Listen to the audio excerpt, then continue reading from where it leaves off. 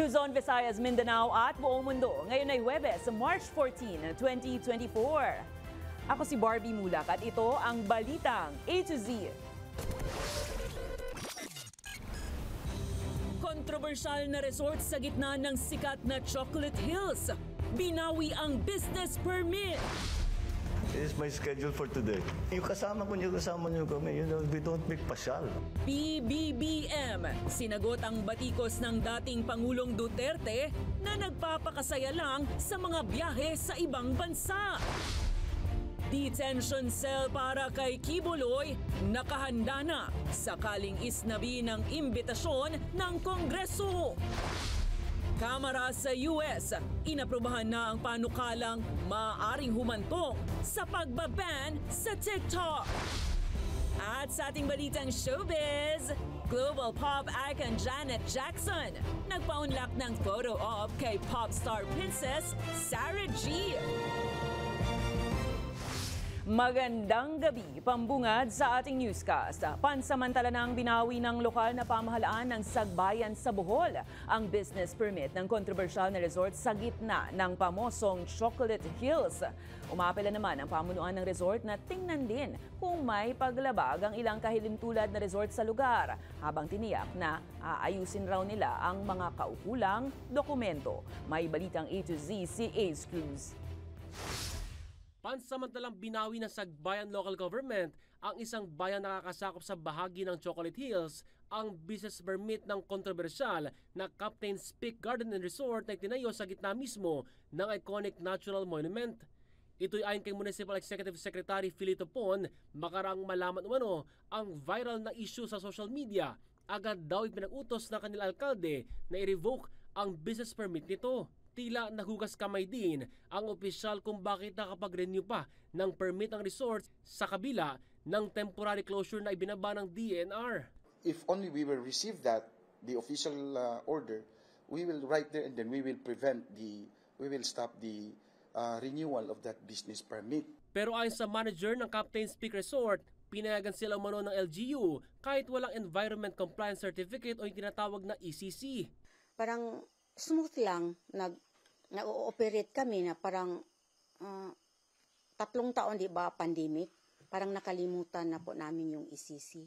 Ito po ang nangyari. Setyembre nung nakarang taon, nang isyuhan ng resort ng temporary closure order mula sa DENR. Habang nitong Enero lang, inihain naman ang notice of violation sa pamunuan ng resort dahil sa pag-operate ng walang ECC. Paimbestigahan naman ni House Deputy Majority Leader at ACT-CIS Representative Erwin Tulfo ang anyay tila kulugong tumubo sa heritage site ng bansa. Sinasabi niya, hindi naman daw nila ginalaw yung Chocolate Hills. The mere fact na nandoon ka, tinignan ko nga, hindi nga nila ginalaw, nasa gitna sila ng dalawang hill. Sinira ho nila yung view. Napuna rin ito ni Senador Robin Hood Padilla pero 50-50 ang salubin niya sa kontrobersya. Ang ganda kasi ma-preserve yun di ba? Kasi para sa akin, reserve, reserve area yun. Di ba? Parang karoon ng swimming pool, parang hirap imaginein, boss. Pero siyempre, kailangan natin pakinggan yung mga taga-Bohol, lugar nila yun. Diba? Pag narinig natin sila, baka okay naman yung explanation nila. Gayunpaman, umapila pa rin ang pamunuan ng resort na tingnan din ang iba pang establishmento kung may paglabag. Lalo't paraan lang daw nila ito para makapagbigay ng trabaho sa kanilang mga kababayan. Parang ang sakit sa dibdib po. Sana ganito, hindi na lang mapasira yung Captain's Peak Resort kasi kawawa naman yung mga taong nagtatrabaho dyan. Aayusin naman daw ng resort ang lahat ng kinakailangang dokumento habang pansamantalang nakasara ito. Para sa Balitang A to Z, Ace Cruz. Pangulong Ferdinand Bongbong Marcos Jr. sinagot na ang batikos ng dating Pangulong Duterte na nagpapakasaya lang raw ito sa mga biyahe niya sa ibang bansa. Ang detalye sa ating Balitang A to Z. Ilang oras lang matapos ang kanyang working trip sa Germany, diretso agad ang Pangulong Ferdinand Marcos Jr. sa Czech Republic, kung saan siya binigyan ng arrival honors. Personal siyang tinanggap sa Prague Castle ni Czech President Petr Pavel. Layon ng state visit na paigtingin ang ugnayan at kooperasyon ng dalawang bansa. Bago magtungo ng Prague, Sinagot ni Marcos ang hirit ni dating Pangulong Rodrigo Roa Duterte na nagliliwaliw lang umano ito sa kanyang overseas trips. Ito yung schedule ko. Saan yung pasyal? This is my schedule for today. Where's the paseo? Wala. Yung kasama nyo kami. We don't make pasyal. Hindi ako na member personal. Para sa akin, hindi naman madali, pero nahihiwalay ko yung trabaho at saka yung personal. So, I don't see a problem there. Dumipensa rin ang ilang kongresista sa sunod-sunod na biyahe ni PBBM. Pasyal nga ba? Globalization is actually the key in every leader who would like to manage his country. So if you don't initiate that relationship, anong mangyayari sa Pilipinas? He is our chief salesman. Sa kanya, he is the face of the country. If no man is an island, no country is an island, even if we had 7,000 islands. Samantala, hindi na pinatulan ni Marcos ang banat ni Duterte na isinusulong umano ang charter change para mapalawig ang termino ng mga nakaupong opisyal. Nako-confuse kasi ako sa PRRD, papalit-palit eh. So I'll have to examine it further, read it. Tignan ko muna kung ano ba talaga yung sinabi niya para maintindihan ko dahil hindi ko talaga naintindihan. Kasi parang naiiba, bawat salita niya, iba eh. So I will try to make sense of it. Kahit sa ibang bansa, usapin pa rin ang madugong anti-drug war sa Pilipinas na sinimulan ng Duterte administration. Kaya habang nasa Germany, tiniyak ni Marcos na rehabilitasyon at hindi karahasan ang tugon sa drug problem na tila pagkabig sa all-out war ni Duterte. I also went further and said we have actually completely changed the concept of the anti-drug campaign.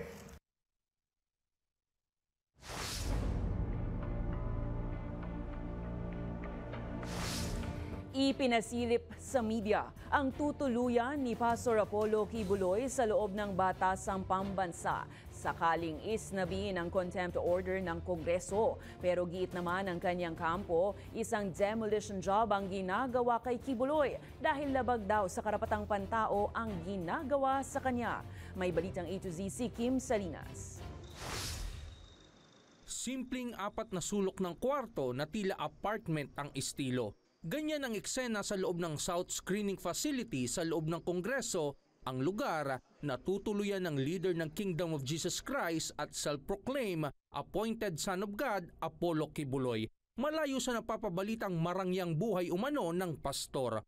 Pinasilip sa media ng pamunuan ng Legislative Security Bureau para sa detention facility ang pasilidad. Kung sakaling hindi tuluyang magpakita si Pastor Apollo Kibuloy sa 3 araw na ibinigay na palugit ng Kongreso, nakahanda na ang South Screening Facility na tutuluyan ng pastor sakaling ipatupad ang contempt order at binibigyan lamang ito ng visiting hours ng 9 a.m. hanggang 11 a.m. at 3 p.m. to 5 p.m. Monday to Friday. These rooms are air-conditioned, accessible to the relatives of the person in detention and to the media whenever necessary. You can monitor their stay. Mayroong 2 kwarto ito, may wifi connection, CCTV cameras sa loob at labas ng gusali na mahigpit namang binabantayan ng mga gwardya 24/7. Tiniyak naman ng pamunuan ng Kongreso na ligtas ang sinuman na madedetine sa kanilang pasilidad. Composite, po ito, security. Meron po tayong from the Legislative Security Bureau, meron po tayong Blue Guards, meron din po tayo from the PNP. Sagot naman daw ng House of Representatives ang pagkain ng pastor, maging sinumang napapatawan ng cite in contempt ng Kongreso. Their visitors can bring their food provided po, nasa loob siya ng visiting hours. And then kung wala siya sa loob ng visiting hours, meron naman po tayong mga security personnel na pwede pong mag-order para sa kanya. Samantala, pumasa na rin sa ikalawang pagbasa kagabi sa plenaryo ang House Bill 9710 o ang revocation ng prangkisa ng Sunshine Media Network Incorporated o SMNI. Dahil na rin sa mga paglabag nito ukol sa disinformation at discrepancy sa kanilang mga dokumento, inaasahan naman ang ikatlong pagbasa bago ang Holy Week break ng mga mambabatas. Hindi tugma yung sinabmit sa SEC at saka doon sa sinasubmit sa committee, yung mga sinubmit sa committee. At kung nagbago na ito ang SMNI ng kanilang pamunuan, dapat ay nire-report din ito sa House of Representatives na na-violate doon sa isang section. Pwede na itong ma-aprubahan on third reading, depende sa leadership, by next week. Buwelta naman ng kampo ni Kibuloy, demolition job daw ang ginagawa sa panggigipit sa kanilang leader. Anila, isang palabas lang ang lahat ng ito. Sa tingin ko wala nang patutunguhan ito. Since day one, last year pa, prejudged, pre-concluded na ang mga tinatakbo ng committee di Kangaroo Court ni Tambunting. Iyan ay utos ng Speaker of the House na sila po ay gamitin para sa tinatawag na political persecution, demolition job, and paralysis operation against an independent media. Dinaan naman natin yan sa due process, Hindi naman yung pagkatao ni Pastor Kibuloy ang at stake dito, kundi yung kanyang yung SMNI at saka yung kanyang Kingdom of Jesus Christ na siyang sole corporation daw na namumuno dito sa SMNI. So hindi to personal against kay Pastor Kibuloy, Walang nilalabag na karapatang pantao ang House of Representatives laban kay Pastor Kibuloy. Kaya nga binibigyan namin siya ng pagkakataon, di ba? 3 beses na nga yan na pinatawag, pero hindi pa rin siya pumupunta. Bukas, Biyernes, inaabangan na ng marami kung magpapakita na nga ba si Pastor Apollo Kibuloy sa Kongreso matapos ang 3 araw na palugit sa kanya. Para sa Balitang A to Z, Kim Salinas. Kaugnay niya, umapela naman si Senator Robin Padilla sa komite ng Senado na payagan si Kingdom of Jesus Christ leader Pastor Apollo Kibuloy na dumalo sa pagdinig ng Senado via Zoom. Naniniwala kasi si Padilla na pinag-iinitan si Kibuloy ng Senado at Kamara, kaya sinegundahan nito ang naunang hiling ng pastor. Ang detalye alamin sa Balitang A to Z ni Ian Maghanoy. Sinasabi nila virtual, sabihin, online, ganun. Siguro, para sa akin, baka pwedeng i-offer yun. Yan ang apela ni Senator Robin Padilla sa Committee on Women, Children, Family Relations and Gender Equality para payagan sa mga pagdinig sa kaso nito sa Senado si Kingdom of Jesus Christ leader and appointed Son of God, Pastor Apollo Kibuloy, na makadalo virtually. Para sa akin, kung mapapayagan sana magkaintindihan. Naniniwala rin kasi si Padilla sa umunoy security concerns ni Kibuloy, lalo't ngayon tila hinahanting na ang pastor, hindi lang ng Senado at Kamara, kundi ng Federal Bureau of Investigation o FBI ng Amerika. Sa komunista lang meron na siyang security problem kasi talaga lumaban sa doon. Hiling din ni Padilla, huwag sanang pag-initan ng Kamara at Senado ang pastor. Ako, naniniwala ako sa 2 punto. Una, si pastor ay napag-iinitan. Pangalawa, meron problema sa security. Depensa pa ni Padilla, hindi siya abogado ni Kibuloy, kundi kaibigan. Ako'y hindi abogado ni Pastor Kibuloy.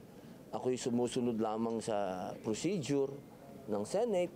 So kung ano yung pwede kong gawin sa loob, sa loob ng procedure ng Senate, yun lang ang pwede kong gawin. Pero para ako ay tumayong abogado ni Pastor, hindi. Matatanda ang 4 na pirma lang ang kabuuang nakolekta ni Padilla hinggil sa reverse contempt order na pumipigil na arestuhin si Kibuloy. Kabilang dito sina Senator Padilla, Cynthia Villar, Bongo at Amy Marcos. Si Padilla at Bongo rin ang mga dumalot sumuporta sa naturang prayer rally kasama si Senator Ronald De La Rosa. Samantala, tila may ibig sabihin naman para sa ilang kongresista ang pagdalo ni Vice President Inday Sara Duterte sa prayer rally ni Kibuloy sa Maynila. Being the Vice President, being the acting President, and being a member of the Cabinet, vis-a-vis being a friend or a possible benefactor of pastor. Giit ng kongresista, malaki ang sakop ng network ni Kibuloy at kapit nito sa usaping pangpolitika. Yun yung medyo dapat siguro mahiwalay. Medyo masalimuot nga, pero that's basically andun tayo sa direksyon na paano ba ihiwalay ang isang current official, yung bang when you do good governance, is it good politics? Gayunpaman, maaaring dumalo lang daw ang vice-presidente sa ibang dahilan. Baka nagpunta siya doon kasi prayer rally nga eh. Siyempre any official would like to join a prayer rally with the intention of uniting the country. Bukas, araw ng Biyernes, ang nakatakdang deadline para kay Quiboloy para sumagot siya sa show cause order na ibinaba ng komite. Para sa Balitang A to Z, Ian Maghanon. Samantala, inihayag ni House Secretary General Reginald Velasco na umabot sa 541.66 million ang bilang ng Distributed Denial of Service Attack o DDoS na naranasan ng website ng Kongreso kahapon. Pansamantalang hindi na-access ang website ng Kongreso. Ayon kay Velasco, karamihan sa mga pag-atake sa website ay nagmula sa Indonesia, United States, Colombia, India, Russian Federation at iba pang bansa. Ito ay batay sa isinagawang investigasyon ng House Informations and Communications Technology. Pero maaaring hindi raw eksakto ang nasabing mga lokasyon dahil posibleng gumamit ang mga hacker ng Virtual Private Network o VPN para hindi matuntun ang kanilang totoong lokasyon. Naibalik naman na ang website ng Mababang Kapulungan bandang 3:00 ng hapon kanina. Habang nanawagan si Velasco sa Department of Information and Communications Technology na magsagawa ng investigasyon ukol sa naturang hacking incidents. We call on the DICT to investigate these DDoS attacks and ascertain where they are really coming from. If they are local or foreign hackers or a collaboration of both, we must know the reason for these attacks. Is it for money or for political reasons, as they may have been contracted to destabilize our institution for whatever purpose. Sa iba pang balita, titingnan ng Commission on Elections ang pagkakaroon ng mall voting sa bansa para yan sa darating na 2025 midterm elections. Ayon kay COMELEC Chairman George Garcia, matagumpay na naisagawa ang pilot testing sa mga mall nung barangay at sangguniang kabataan elections. Kaya posibleng magkaroon ng mall voting na siyang makapagbibigay ng maginhawang pagboto sa halalan. Samantala, umaasa naman ang komisyon na magkaroon sila ng karagdagang pondo para mabayaran ng mga paaralan na gagamitin sa halalan. Meron po kaming tinatawag na consultation process. Ibig sabihin, kung majority ng mga nakatira dyan sa barangay na yan o sa presintong yan gusto ilipat ang kanilang pagboto sa mall, tsaka po namin ililipat. Hindi po namin pepersahin ang paglipat ng venue ng pagboto. Nakalabas na sa ospital ang dating First Lady Imelda Marcos. Kinumpirma ito ni Senator Amy Marcos. Ayon sa mambabatas, sa bahay na ipagpapatuloy ng dating unang ginang ang kanyang pagpapagamot. Tiniyak din nito sa publiko na unti-unti nang bumabalik ang sigla ng kanyang nanay. Matatandaang isinugod kamakailan sa ospital si Imelda matapos tamaan ng pneumonia. Susunod, pagpasa ng Kongreso sa 150 peso across-the-board wage hike petition, pinabibilisan ng labor groups. At pagbaba ng social media app na TikTok, gumugulong na sa Kongreso ng Amerika. Abangan ang kumpletong ulat sa pagbabalik ng Balitang A to Z.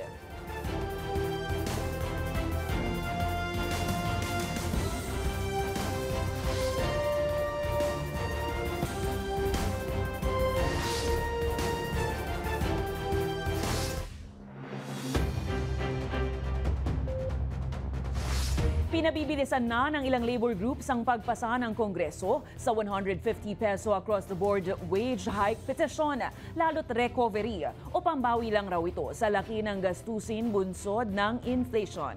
Habang nakipagpulong din ng labor leaders kay U.S. Commerce Secretary Gina Raimondo para siguruhing nasusunod ang labor rights kasabay ng kaliwat ng contract packages sa pagitan ng dalawang bansa. May balitang A to Z si Ace Cruz.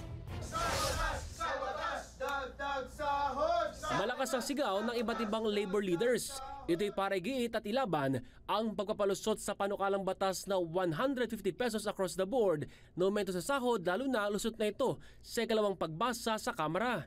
Giit nila, pambawi lang ng maraming manggagawa ang wage recovery na ito dahil sa hindi maramdamang kinikita ngayon dulot ng inflation.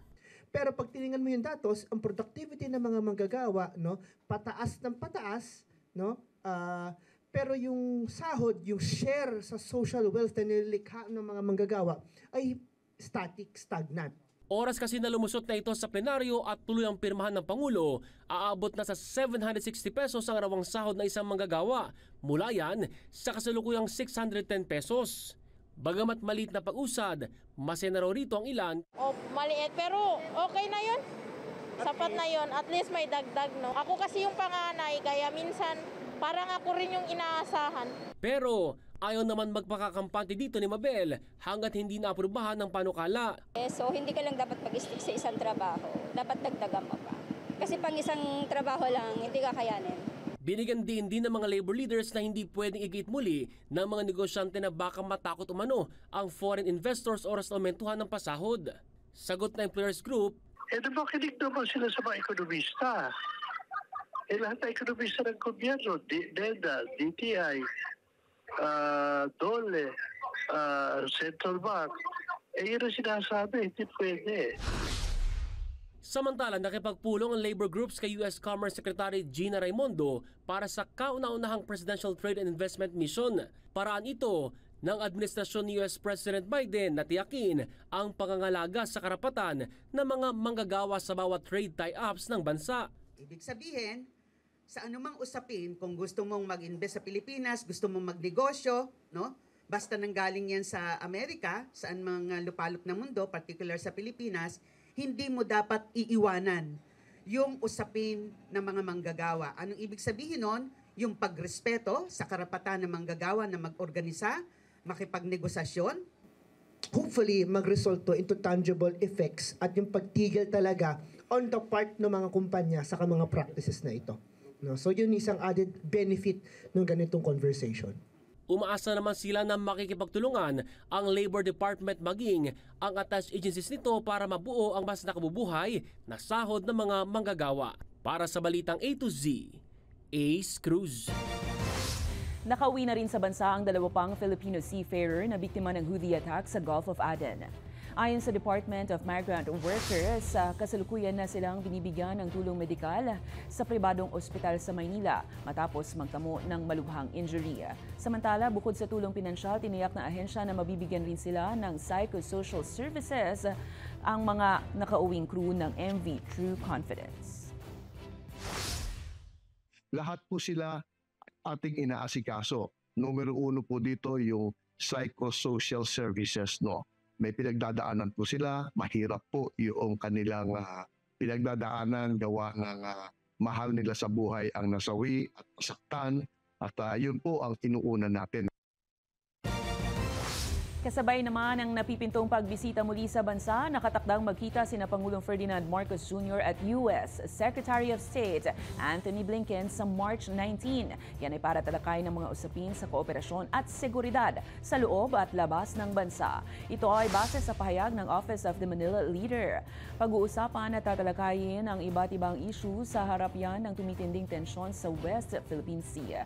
Una na rito iginiit ng Pangulo na dedepensahan ang teritoryo ng bansa, kasunod ng pahayag ni Chinese President Xi Jinping na mas paiigtingin pa nila ang pwersang militar sa naturang karagatan. Matatandaang hinaras ng Chinese Coast Guard ang barko ng Pilipinas noong nakaraang linggo sa kasagsagan ng resupply mission sa Yumin Shoal.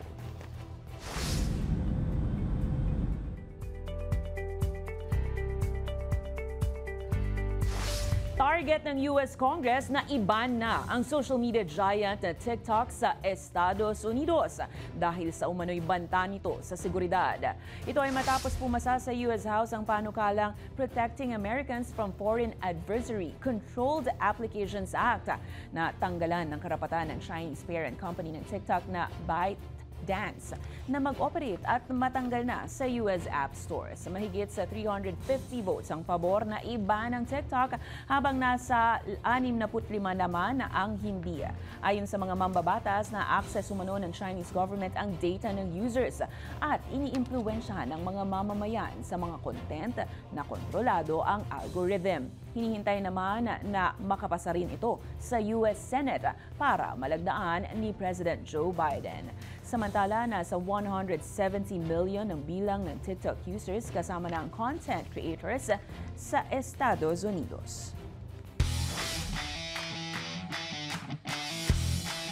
Sa ating balitang sports, spotted na nanonood ang American-Filipino basketball player ng Barangay Ginebra na si Justin Brownlee. Hindi ng basketball, kundi ng Premier Volleyball League sa PhilSports Arena nitong Huwebes. Excited ito makita kung paano maglaro ang mga kababaihan ng magkaibang koponan at personal raw na masaksihan ang galing ng Pinay players sa larong volleyball. Napanood niya ang mainit na laro sa pagitan ng Petrogas Angels at Farm Fresh Foxies. Matatanda ang isa si Brownlee sa mga basketball players na nakapagpanalo sa ilang games sa Asian Games at player para sa FIBA Asia Cup qualifiers. Sa aming pagbabalik, Sarah G. enjoy na nakapagpa-picture sa American singer-actress na si Janet Jackson sa concert nito sa Araneta. Manatiling nakatutok, kayo ay nanonood ng Balitang A to Z.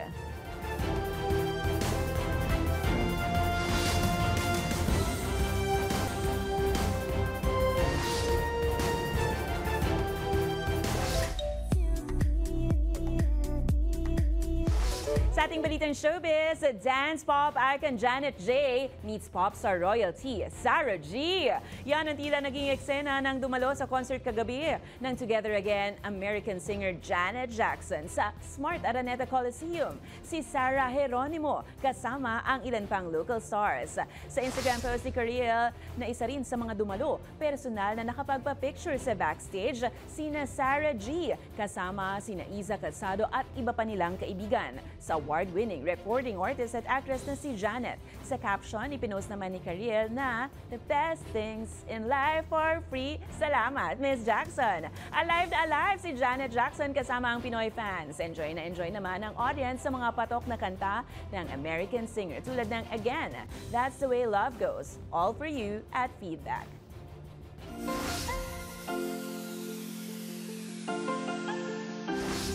Good vibes ang hatid ng TikTok user na ito. Imbis kasi na premyo, iba ang nasa pool sa kanilang laro. Ano kaya yan? Silipin sa nakaka-GV na video.